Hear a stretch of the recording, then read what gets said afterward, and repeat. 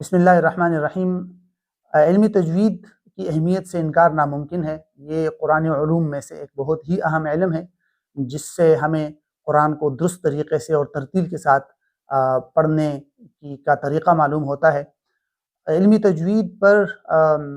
صحابہ کے زمانے سے ہی قرآن کو درست طریقے سے پڑھنے اور پڑھانے کا طریقہ سکھایا جاتا رہا ہے۔ وقف اور ابتداء کے بارے میں حدیث میں اور آثار میں یہ ملتا ہے کہ صحابہ اور تابعین قرآن کے اس طرح کے رولز اور قواعد سکھاتے تھے۔ دوسری صدی ہجری میں باقاعدہ علم تجوید پر پھر کتابیں لکھنا شروع ہوئی۔ ابتداء میں یہ تجوید کو علم صرف ہی کا ایک حصہ سمجھا جاتا رہا، لیکن بعد میں پھر اس پر باقاعدہ مستقل کتابیں لکھی جانے لگی۔ ہمارے سامنے ایک کتاب ہے، مکتبہ زمزم زمزم پبلشرز کراچی نے یہ کتاب چھاپی ہے، اور اردو میں اس کا نام ہے تجوید قرآن با تصویر، اور اصلاً یہ کتاب عربی میں تھی التجوید المصور کے نام سے، اور اس کتاب کے مصنف تھے ڈاکٹر ایمن رشدی، جس کا اردو ترجمہ احسن احمد عبدالشکور صاحب نے کیا ہے، اور زمزم پبلشرز کراچی نے یہ کتاب چھاپی ہے۔ ایک بڑے سائز کی کتاب ہے، 2 جلدوں کو یکجا کر کے چھاپا گیا ہے، اور صفحہ نہایت عمدہ ہے، رنگین کاغذ استعمال کیا گیا ہے، اور سب سے اہم بات یہ ہے کہ اس میں علم تجوید کے تمام قواعد و ضوابط کو تصاویر کے ساتھ ہی سکھانے کی کوشش کی گئی ہے۔ اصلاً علم تجوید سیکھنے کے بنیادی طور پر 2 طریقے ہوتے ہیں۔ ایک کو تلقی منطوق کہتے ہیں، جو شاگرد بالمشافہہ استاد سے سیکھتا ہے،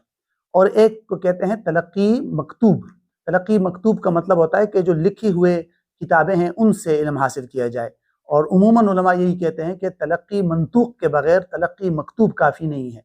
تو صرف کتابوں سے تجوید سیکھنا بہت مشکل ہے۔ البتہ یہ ہے کہ اگر کوئی شخص طلباء اور استاد علم تجوید سیکھتے اور سکھا رہے ہیں تو ان کے لیے یہ کتاب نہایت ہی مفید ہے، اور خاص طور پر اس کتاب کے اندر آخر میں ایک بہت ہی اہم باب کا اضافہ کیا گیا ہے، اور جس کا نام انہوں نے رکھا ہے کہ مراحل تطور کتابت و ضبط المصحف الشریف، یعنی قرآن مجید کے ضبط اور کتابت کے تدریجی مراحل اور ان میں کیا کیا تبدیلی آئی، خاص طور پر حروف کے لکھنے میں اور اس کی کتابت کے اندر۔ تو انتہائی اہم کتاب ہے، اور سب سے اہم بات ایک اور اس میں یہ محسوس کی گئی ہے کہ بہت سارے جگہوں پر جہاں قواعد بتائے گئے ہیں تصاویر کے ساتھ، تو وہاں QR کوڈ دیا گیا ہے۔ اس کوڈ کو اگر آپ سکین کریں گے تو آپ ایک ویب سائٹ پہ جائیں گے، غوثانی کی ویب سائٹ ہے، وہاں پر باقاعدہ ان کی ایک ایپ موجود ہے۔ اس ایپ کو ڈاؤن لوڈ کر کے پھر اس کے بعد جب آپ یہ QR کوڈ سکین کر کے جائیں گے اس ایپ کے ذریعے، تو وہاں آپ کو یہی اصول، جس اصول کو سکین کر کے آپ وہاں گئے ہیں، یہی اصول وہاں آپ کو لکھا ہوا بھی ملے گا، وہاں آپ کو تصویر بھی ملے گی، اور وہاں باقاعدہ قاری کی آواز میں اس اصول کی تطبیق صوتی اور آواز کی شکل میں بھی آپ سن سکیں گے۔ تو یہ بھی اس کتاب کا ایک فائدہ ہے۔ دوسری کتاب جو زمزم پبلشرز کی طرف سے ہی ہے، وہ رخت سفر ہے، تاریخی کہانیاں ہیں، امت مسلمہ میں ایمانی اور اخلاقی اقدار بیدار کرنے والی تاریخی کہانیاں۔ محمد حذیفہ رفیق صاحب نے یہ تاریخ اسلام کی مختلف کہانیاں جمع کی ہے۔ یہ کتاب بھی چھوٹے سائز کی ہے، اور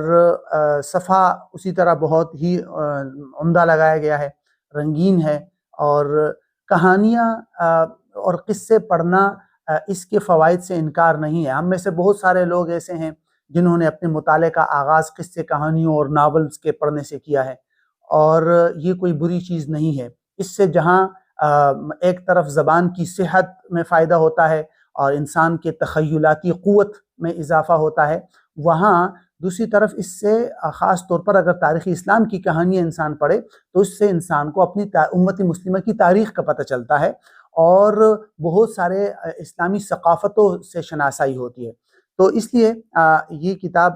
جو ہے اس حوالے سے بہت اہم کتاب ہے، خاص طور پر بچوں کے لیے، ان میں مطالعے کی دلچسپی بڑھانے کے لیے نہایت مفید ہے۔ جناب اسماعیل ریحان صاحب نے اس پر تقریر لکھی ہے، اور انہوں نے لکھا ہے کہ اگر کوئی شخص یہ کتاب پڑھتا ہے، خاص طور پر بچے، تو ان کو بیک وقت 3 قسم کے فائدے حاصل ہو سکتے ہیں۔ ایک طرف تو ان کو زبان اور ادب کی چاشنی حاصل ہوگی، دوسری طرف ان کو اپنی تاریخ سے واقفیت حاصل ہوگی، اور تیسری بات یہ کہ اس کتاب کے اندر خصوصی طور پر نقشے دیے گئے ہیں، تصاویر دی گئی ہیں، تو جو اسلامی شہروں کے جغرافیائی تفصیلات بھی آپ کو مل سکتی ہے بیک وقت۔ تو یہ 3 اس کے بنیادی فوائد ہے۔ تو اس کتاب کو بھی اگر خاص طور پر اپنی نگرانی میں بچوں کے سامنے پڑھا جائے یا بچوں سے اس کا مطالعہ کرایا جائے تو اس کا بھی کافی فائدہ